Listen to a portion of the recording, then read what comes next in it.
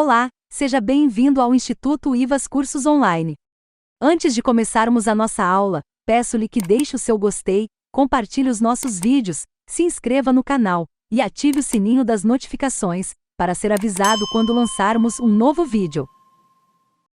Nesta aula iremos abordar o tema, a literatura juvenil. Esperamos que esta aula lhe seja muito útil e proveitosa. Foco e determinação sempre. Bons estudos! A literatura juvenil é um ramo da literatura dedicada a leitores entre 10 a 15 anos de idade, e fatos comuns a obras literárias juvenis em geral incluem temas de interesse ao jovem adolescente muitas vezes controverso, como por exemplo, sexo, violência, drogas, relacionamentos amorosos e personagens, especialmente protagonistas da mesma faixa etária dos leitores. Podem também possuir imagens e fotos, mas não necessariamente. São basicamente constituídas de texto, e geralmente apresentam um número maior de páginas, podendo alcançar de 200 a 300 páginas em vários casos. Enquanto muitos jovens têm certo repúdio aos clássicos da literatura, alguns livros mais atuais, dedicados a adolescentes, se tornaram grandes best-sellers mundiais, como por exemplo, Harry Potter, Percy Jackson e Jogos Vorazes. O fenômeno, no entanto, pode ser visto como uma boa oportunidade de incentivar o gosto pela literatura nesta faixa etária. O primeiro a publicar um livro infantil no Brasil foi o teuto-brasileiro Carlos Jansen, professor do Colégio Pedro II no Rio de Janeiro, e antes mesmo da proclamação da República do Brasil. Ele traduziu e adaptou clássicos da literatura mundial para a juventude, como As Mil e Uma Noites, Dom Quixote e Robinson Crusoe. Já na poesia infantil e infanto-juvenil brasileira, destacam-se autores como Cecília Meirelles, Ruth Rocha, Vinícius de Moraes, José Paulo Paes e Olavo Bilac. Já nas histórias em quadrinhos brasileiras, destacam-se Ziraldo, com a série O Menino Maluquinho, e Maurício de Souza, com a Turma da Mônica. A literatura infanto-juvenil no Brasil. No final do século XVIII, a literatura infantil com caráter pedagógico começou a transitar no Brasil com obras adaptadas de Portugal. Neste período, as traduções começaram a ter maior espaço no mercado, apesar de ser uma fase que podia ser considerada embrionária. Conforme lembram Lajolo e Zilberman, 1998, dois autores se destacaram. Foram eles Carlos Jansen e Figueiredo Pimentel. Carlos Jansen foi reescritor das seguintes obras: Contos Seletos das Mil e Uma Noites, de Daniel Defoe, Robinson Crusoe, de Jonathan Swift, e As Viagens de Gulliver à Terra Desconhecida. Já Figueiredo Pimentel publicou Os Contos da Carochinha, tradução dos clássicos de Perrault. A maior dificuldade da literatura para crianças e adolescentes foi a de conquistar hegemonia e ser reconhecida como produção artística, já que era considerada uma manifestação de arte menor. Os textos literários eram usados quase apenas como difusores de preceitos e normas de comportamento, com o intuito de doutrinar as crianças. Quanto ao surgimento do gênero literatura infantil no país, especialmente nas produções mais conhecidas, eram evidentes as concepções ideológicas. A produção literária de caráter pedagógico desejava utilizar a escola para atingir seus objetivos, sendo os principais a modernização do país e a transmissão de valores patrióticos, o que vinha através de um nacionalismo ufanista. A contribuição propiciada pelas obras traduzidas e adaptadas em Portugal, que começou no início do século XX a ser questionada no Brasil, especialmente por problemas causados pelo distanciamento linguístico, dificultando assim a compreensão e interpretação das obras, já que a escrita se apresentava no português de Portugal, divergente do falado no Brasil. Além disso, já era evidente nesse momento a diferenciação entre a representação de mundos e identidades culturais diversas, visto que já começava a despontar o sentimento de nacionalidade dos brasileiros. No Brasil, na década de 20, época da efervescência política, intelectual e também artística, a educação foi atingida em sua fragilidade por altos índices de analfabetismo. E para que o Brasil pudesse estar entre as grandes nações mundiais, teria que melhorar significantemente e de maneira acelerada a formação do homem brasileiro. Uma das propostas formuladas pelo Sistema Nacional de Ensino foi a Escola Nova, criada para oferecer a escola primária em período integral, buscando a universalização do acesso à educação, para que assim pudesse contribuir para o desenvolvimento do país. Na área cultural, houve inovações artísticas como resultado das exposições e da fundação de jornais e revistas, que muito contribuíram para esse momento. Assim, havia diversas formas de expressão, manifestadas, por exemplo, na Semana da Arte Moderna, em 1922, indicada como marco inicial da Revolução nas letras brasileiras. A presença de Monteiro Lobato. O momento histórico-cultural mais significativo para a literatura ocorreu no ano de 1921, quando Monteiro Lobato inovou a temática das histórias infantis, apresentando suas obras numa linguagem coloquial que caracterizava a fala brasileira. Monteiro Lobato, fazendo fusão do real cotidiano com o imaginário, percebeu que o mundo da criança era diferente daquele que o adulto via, mostrando como possíveis as aventuras que só existiam no mundo da fantasia. Monteiro Lobato trouxe para dentro de suas obras fatos e elementos da vida do povo brasileiro, sendo o regionalismo sua marca evidente. A literatura infantil, no contexto histórico da década de 30 e meados da década de 40, sofreu uma grande turbulência mundial devido à Segunda Grande Guerra. O Brasil estava saindo de um modelo de país arcaico para um modelo de país moderno, e os autores dessas décadas deram ênfase às questões rurais, já que a economia do país girava em torno da produção agropecuária, com roteiro folclórico, e fatos relacionados à história do Brasil destacavam os grandes vultos sem o devido questionamento, colocando o nacionalismo em um patamar elevado.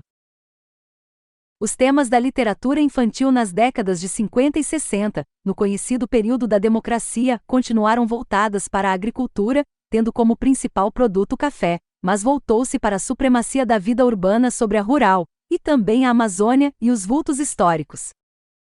Dos anos 70 até a atualidade.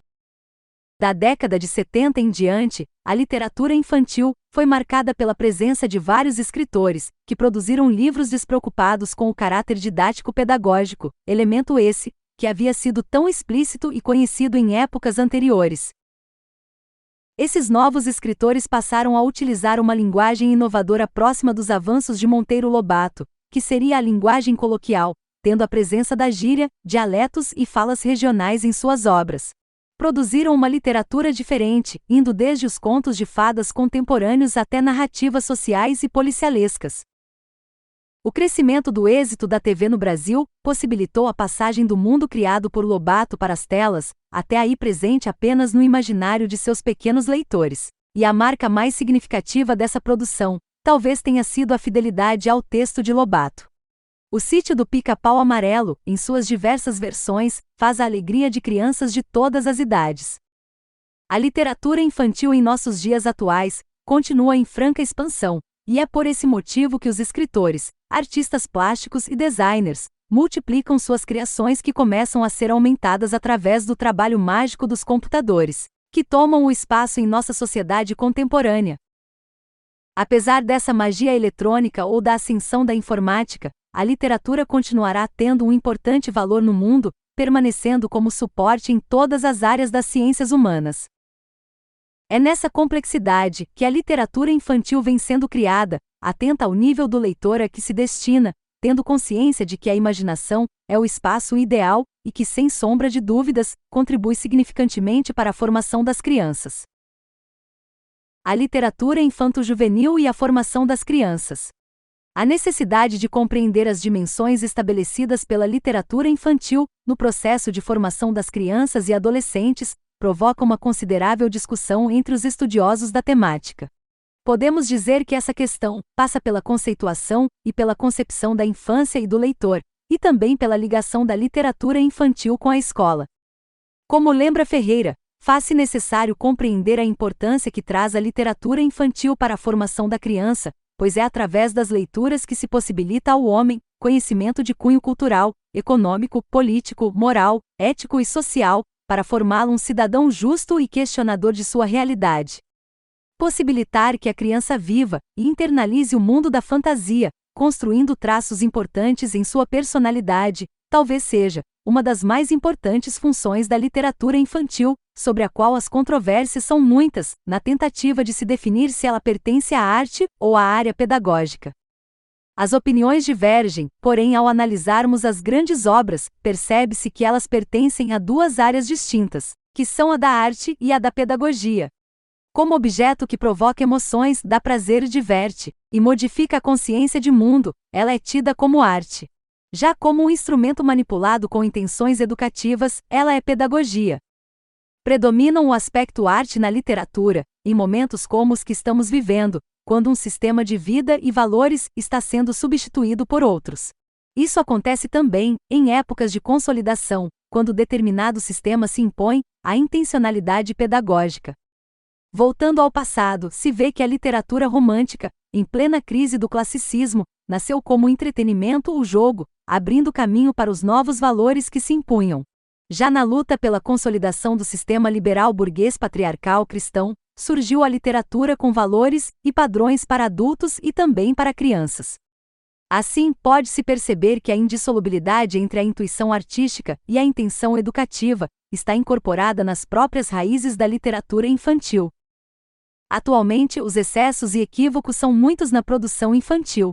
Estudos de alguns críticos revelam que, na maioria das obras, predomina a gratuidade por se tratar de livros sem divertimentos, fragmentados e sem sentido, com obras sobrecarregadas de informações corretas, mas sem fantasia e imaginação, afugentando dessa forma o leitor, ao invés de atraí-lo. O importante seria equacionar os dois termos do problema, com uma literatura que sirva para divertir, dar prazer, emocionar, e que, ao mesmo tempo, ensine modos novos de ver o mundo, mostrando que é pela invenção da linguagem que essa intencionalidade básica é atingida. A literatura tem o poder de fecundar e de propagar ideias, como também padrões ou valores que vêm servindo à humanidade através dos tempos. Como lembra Cecília Meirelles, não se pode evocar uma infância de outrora, sem senti-la nessa atmosfera de ensinamentos tradicionais. A criança precisa ser orientada ludicamente sem tensões ou traumas, para que consiga estabelecer relações fecundas entre o universo literário e seu mundo interior, formando dessa forma uma consciência que facilite ou amplie suas relações com o universo real, que ela está descobrindo dia após dia, e assim, situar com segurança para poder nele agir. O grande questionamento que se apresenta é saber a ideal literatura infantil para a criança, a realista ou a da fantasia. Acredito que nenhuma é melhor nem tampouco pior, sendo apenas diferentes, dependendo das relações de conhecimento que se estabelecem entre os homens e o mundo. Nos primórdios, a literatura foi mais fantástica quando as coisas eram inexplicáveis pela lógica. Nas fábulas, já se revelava a preocupação crítica com a realidade no nível das relações humanas. A transformação na literatura infantil aconteceu pela natureza mágica de sua matéria, que atraía espontaneamente as crianças. A partir do momento que o conhecimento científico do mundo começou a explicar os fenômenos pela razão ou pelo pensamento lógico, também passou a exigir da literatura uma atitude científica que pudesse representar a verdade do real. Surgiu então a nova literatura para crianças, centrada no realismo cotidiano, com narrativas que se constroem com fatos. No período de transformação tecnológica e científica, as forças da fantasia, do sonho, da magia, da imaginação, do mistério e da intuição são desencadeadas como novas e possíveis formas de representação da experiência humana. A leitura dos contos ditos maravilhosos com os seus significados simbólicos leva o leitor a descobrir na obra pessoas ou situações que de alguma forma iluminam sua vida, funcionando como espelho no qual o leitor se mira e acaba encontrando a si próprio. Coelho lembra que o maravilhoso sempre foi e continua sendo um dos elementos mais importantes na literatura para crianças. Por meio do conto de fadas, a criança lida simbolicamente com seus temores, que são muito lógicos. Podemos afirmar que é nesse período de amadurecimento interior que a literatura infantil, e principalmente os contos de fadas, podem ser decisivos para a formação da criança em relação a si mesma e ao mundo à sua volta.